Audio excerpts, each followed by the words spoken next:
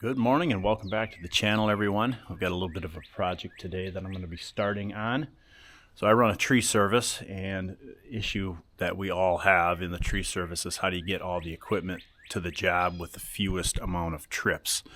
So I've got a tractor, I've got a chipper, I've got a 1-ton chip truck, and I've got a 3/4 ton 4-wheel drive pickup. And I also have a pull behind lift. Right now I can essentially only get one piece of equipment to the job at a time. So if I want to chip brush, I can bring the chip truck and chipper.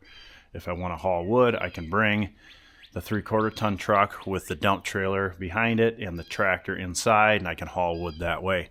If I need to use the lift, I can only bring the lift in a truck. So my idea was to have a truck that essentially replaced my dump trailer. I'm going to keep the dump trailer, but it'll function like the dump trailer on the job, in that I can put the tractor in the truck and then pull either the lift or the chipper behind it.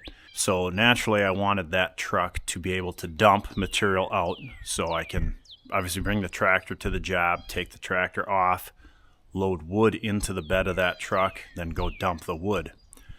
So I've been looking for over a year now for like 14 to 16 foot flatbed dumping trucks, and I'm in bigger class now, like 45, 50, 500. I think that'd be class 5 and 6. Correct me if I'm wrong. But then as I got to thinking, I'm like, it'd be really cool to not need to drive up tall ramps to get into the bed of the truck. This is what I came up with. I ended up probably a couple weeks ago, I bought this truck then. This is a marketplace find. So this is a 2003 GMC 4500. It does have the LB7 Duramax in it. And it came with a really nice aluminum flatbed on it that we will be attempting to pick off today. I've got it all unbolted, all unwired. It's kind of a shame because it's a really nice aluminum flatbed. I'll probably keep it around and maybe customize this to work with the next piece that I bought. And this was also a marketplace find. This is a 14-foot switch and go system. So once we take that bed off, we can mount this to the frame of that new truck, get it all wired up. And how these work is it has your standard electric over hydraulic hoist. So the top section obviously will dump, and then 15,000 pound Warn winch on the front will hoist, essentially pull the bodies or cans, whatever you want to call it, up onto the unit. I had my local dealer for Switch and Go quote me on these things. They wanted $36,000 installed for the unit. I found this on Marketplace. The guy was asking 12 grand. I offered him 10,000 and he took it. So I bought this thing for 10 grand, which is still a lot of money, but quite a bit less expensive, almost, over 3 times less expensive than paying to have the unit installed for me. This thing is new, kind of. Well, not technically, but it's new in the sense that it's never been put on a truck and used, but it's been sitting around for a long time. The guy bought 2 of these and only ended up installing one onto a truck and never ended up installing this one. The only downfall is on top of that, obviously I have to buy the bodies or cans for it, so I've got that dealer quoting me out on some of those. But the main bulk of the work is going to be installing this onto the truck. So I don't have any equipment that's heavy duty enough to lift this bed off. I just have my tractor, and that doesn't have, it might lift it if the load could be closer to the tractor, but being that this thing is 8 feet wide, it's just not going to happen. So I've got my buddy coming today. He's got a knuckle boom style crane. He's going to pick this off for me real quick, and then hopefully pick up the switch and go hoist and set it on the frame. Then I can start getting things measured up to fab up. So this will be definitely a multi-part kind of series. I'll add a different playlist for this if you care to watch it, just to kind of building out this tree truck. I've got a couple other ideas for it too that I'm excited for. So thanks for sticking with me, and my buddy will be here in just a bit. We'll get this thing hoisted off. I'll show you that whole process, but that'll probably be it for today. I just wanted to kind of start the video by explaining kind of what I'm doing. So obviously the beauty of this system will be I can ground load material and equipment, pick it up, and also that I could switch out. I could have a flatbed, I could have a chip box, I could have a standard box for debris. So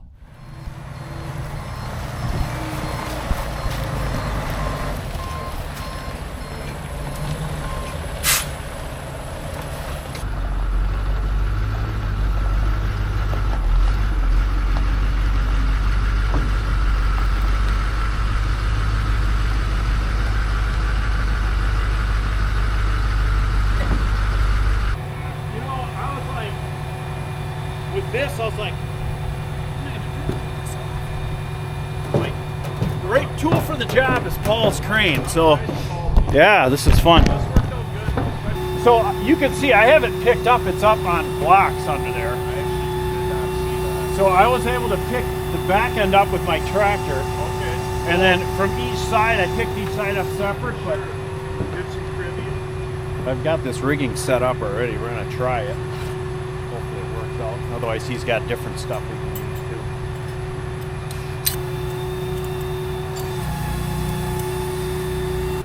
How do you want to do this? 2 on? I would say back 2 on 1. Yep, back. Yeah, I would just say on another. 2 to 1.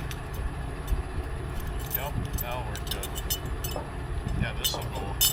You have it set up so nice. Now this, I just got to try to. So you do. I see you have the sheet of plywood in. Yeah, to protect the cab. I hope. So I'll hop off of here. Yeah, I mean it should pop right off. Oh yeah, I like that. Yeah, it looks to be pretty centered, but you just have the ability to shimmy that thing, obviously, wherever you want. Oh yeah, right. Yeah, I do love this for this reason. Well, it can. Okay, so now it's perfect.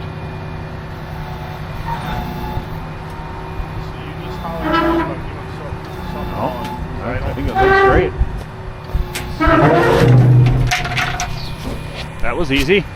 It's all off. We didn't hurt nothing? No, we're good. Okay, I'm going to pick it up and boom it in. Okay? Yeah, yep. Got it? Okay, go ahead. You want to get some video of this? Yep. Here, I just grab this plywood quick.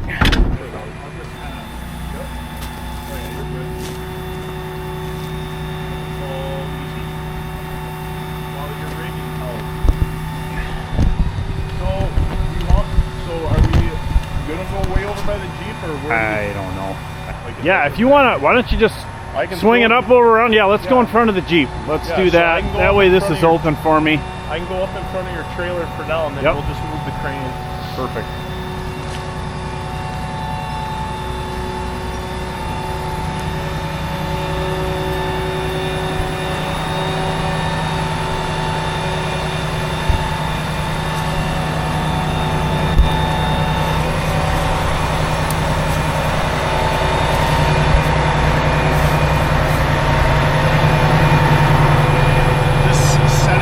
Yeah, just set it down. That's fine. Sure? Oh yeah. Yep. Ain't gonna hurt. It's just those mud flaps that'll kick up under there, but that's fine. Perfect.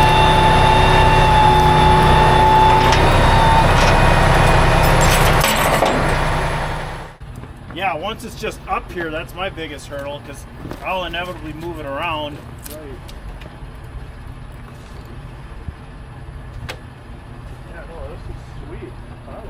This is cool. You're getting a roll on. They're freaking expensive. Yeah. I'd love to have one. I got mine for $1,500 for a diesel one. Oh, it's a diesel, huh? Where do you find that at? Online. I'll start spinning this? Yeah, go ahead. Yep. This thing is kind of heavy, actually. There's no way you were lifting this. I lifted this with my tractor. Did you? But it needed help. It needed help? Yeah, you had to pick it up. Should I go other side or yeah? Yeah, because this we got to be a little particular about.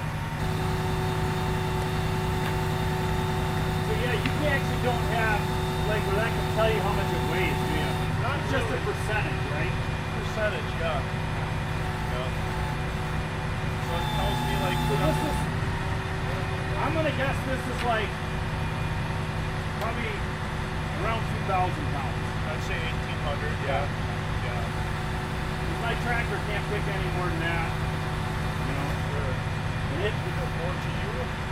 I don't think so. I think that's fine for now. One here. Yeah, it's coming down. At least it's on, and I can start kind of the fabbing up.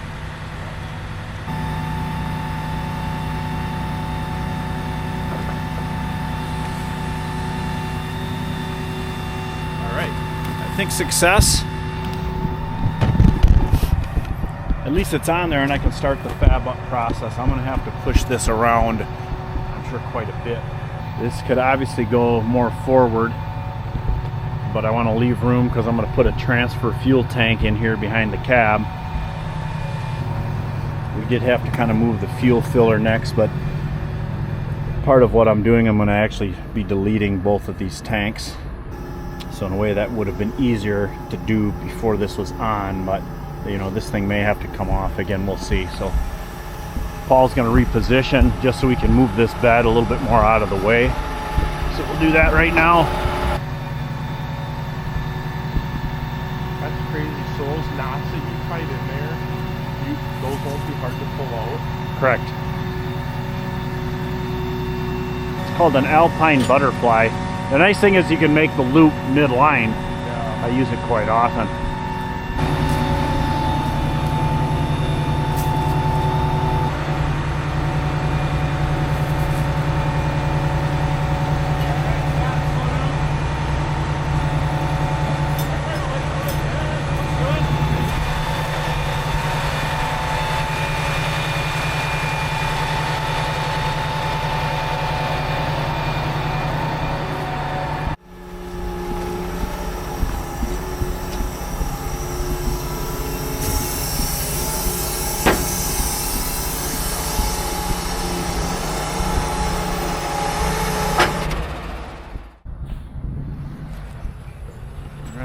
Paul's taking off. It's nice of him to come help me.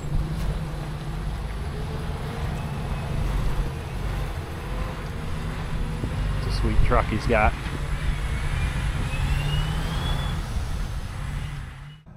Well, that actually worked really good. You know, I may have to take this off. I probably will again, but at least it's on here and I can start with the thought of getting, you know, brackets fabbed up to actually obviously get this thing bolted up solid. We did have to take those fuel filler nozzles right out. They were just in the way. So I did probably fix this right now. I cracked this return line, so I probably should do something with that, at least temporarily. That's going to do it for this video. I know there wasn't a whole lot of action, but I will continue to post videos on updates on this. Probably the next one we'll start fabbing this thing up, getting the brackets made up for it, getting them welded on. Probably I'll weld on to the switch and go, and then drop, and then just drill holes and bolt it up with some heavy duty bolts. Anyway, so we'll get into that in the next video or two and go from there. So thank you all for joining me. We'll catch y'all in the next one.